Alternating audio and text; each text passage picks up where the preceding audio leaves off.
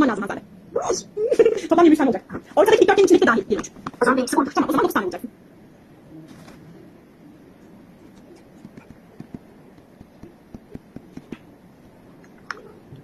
Yardımcı olmanı ister misin? Bir tane kartı bulacağım. Tamam. Olur. Oldu, toplam 23. Çok iyi, harikasın. Arkaya geçelim. Hatta burada 4 tane gruplar tattım. Her grupta bir tane farklı liste var. Bunları bulmanı istiyorum. 2 dakika başlayalım. Evet, doğru.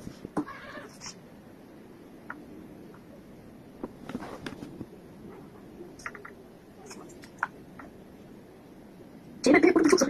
Evet, tamam. Sadece C kaldı. Tamam. C'de çok küçük bir detay, çok minik. Ne şimdi? O kadar minik ki böyle. Belli belirsiz zaten. Çok en zoru bence de C grubu zaten. Çok çektim. Bence de. Ne fark ki? Ben sana daraltayım mı biraz? He. Bravo. Gözünün biri büyük küçük gibi. Hangisi? C'de. Attı. Kaç? 6. Diğer biri de kıyasla 6'ya. Farklı olanı bulursun. 6 değil cevap. A, B, B, söyleyebilir miyim? Söyle bakalım. A, 6, B, 2, D, 4. Doğru. Şimdi C'yi daraltıyorum sana. 1, 2, 3, 5. Bunlardan birisi.